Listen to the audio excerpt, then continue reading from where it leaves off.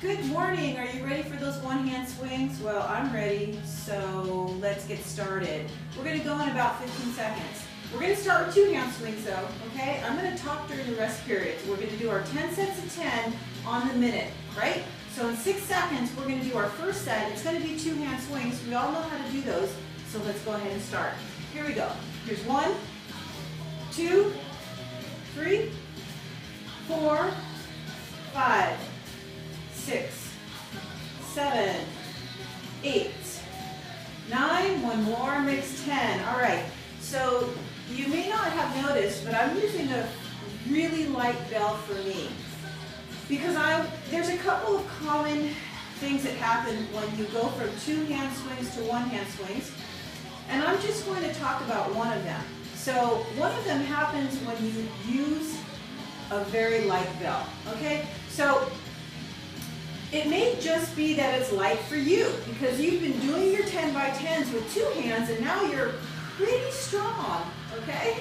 So we're going to do another set of two-hand swings and then we're going to go on to one-hand swings. So don't worry, we're going to do 10 sets of 10 today. Here's our second set. Two-hand swings, we know how to do them. Let's do them. 1, 2, 3, 4, 5, 6, 7, 8, 9, one more makes 10. Great, okay. Enough two-hand swings. Well, let's put it this way. Enough sets of 10 two-hand swings because now we're going to start with two hands and we're going to release one of our hands, okay? I'm going to assume that most people are going to release their left hand because they're right-handed. Most people are. I know I am. So at the top of the swing, on the 5th rep, we are going to release one of our hands and continue on as if nothing has changed, okay? We're going to go in about 12 seconds. So 1, 2, 3, 4. At the top of 5, you're going to release one of your hands and continue on. Are you ready? We're going to start with two hands. Here we go. 1, 2, 3, 4. Drop one hand at the top. 1, continue on. 2, 3, 4, and on 5, put your other hand back on the handle and set your bell down. We're going to do it on the other side, okay? So you'll be able to see it a little bit more clearly. So that set, I started with two hands. I swung five reps with two and 5 reps with one hand. I'm going to do the other side now, right? I'm going to start with two hands. I'm going to go to 1. When I release one of those hands, it's always at the top of the swing, and I'm going to continue on as if nothing has changed, right? Fingers crossed, as if nothing has changed. So, 7 seconds we go. All right, I'm going to swing with my left hand this time, because I started with my right. Two hands, though, for everybody. For 1, 2, 3, 4, drop at the top. 1, 2, 3, 4, and two hands on 5 and set it down. Okay, so this is pretty much the way that I teach the one-hand swing to all of my beginners who are just starting out from two hands to one. Okay, the reason is because I want to establish that groove with two hands so when you let go, hopefully nothing changes. Nothing's changed. But sometimes things do change, okay? And we're going to talk about that. So the first question I get is, what do I do with my other hand? Well, those of you who are familiar with how Mark and I teach the touch the handle method, with your empty hand, every time the swing comes up, you're going to touch the handle. All right, here we go. We're going to start with 2. We're back on our right side. And two hands for 1, 2, 3, 4. Drop at the top. Touch the handle. Touch the handle. Touch 3. Touch 4. Two hands on 5 and set your bow down. So I don't have a whole lot of time to talk, okay, because just like you, I'm on a time schedule too. I've got time for my 10 sets of 10 and then I'm going to be going on with my day. But I'm practicing one-hand swings today. So we're going to touch the handle at the top. So all transitions happen at the top. The top of the swing is the end of the swing. This is the beginning, this is the end. And we let go of one of our hands, and then we touch. Every time that bell comes up, okay? You're ready? In 10 seconds, we're gonna do our other side. I believe this is our 6th set. We're almost done. All right, here we go. We're gonna start with 2 hands. For 1, 2, 3, 4. Drop at the top. Touch 1, touch 2, touch 3, touch 4, 2 hands, and set it down. Okay, so we want to get used to touching the handle. We want to get used to our hand being there because eventually we're going to switch hands. And when we switch hands, we have to switch hands at the top of the bell, at the top of the swing, I'm sorry.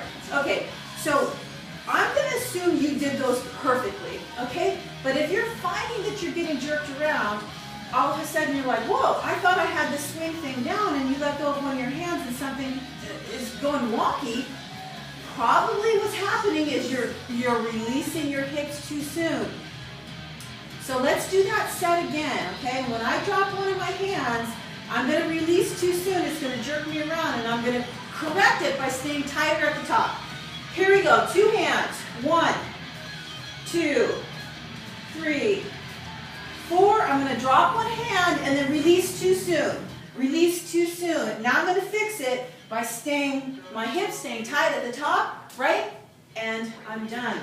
Okay, so you see what happened there? What happened is as soon as we're so concentrated on doing the one-hand swing right, a lot of times we forget everything else, okay? But it's exactly the same. We come up, we contract our glutes, we keep them tight no matter how many hands are on the bell, 2 or 1, okay? I'm going to demonstrate that on the other side one more time. When I release one of my hands, I'm also going to release my hips. And if that's happening to you, all you have to do is stay tighter a little bit longer. We're almost done, and then I'm going to talk about one more thing that might be happening and how you can correct it, all right? All right, so here's the correction for this one. Here we go. 1, 2, we're still going to touch the handle though. 3, 4, drop one hand. Whoops! I'm releasing, okay, I'm going to stay tight, stay tight, stay tight, and we're done with 10 reps.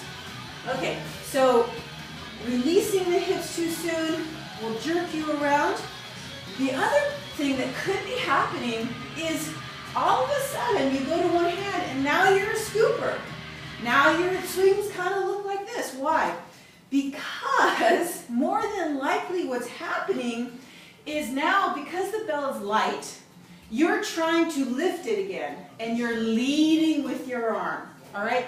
So instead of letting your hips drive the swing, now you're pulling and trying to lift the bell. So I'm going to demonstrate that a couple times, and then I'm going to fix it by not trying to lift the bell. Here we go, last 2 sets, okay? All right, 1, 2, 3, 4. I'm going to drop one hand. Now I'm going to try and lift the bell.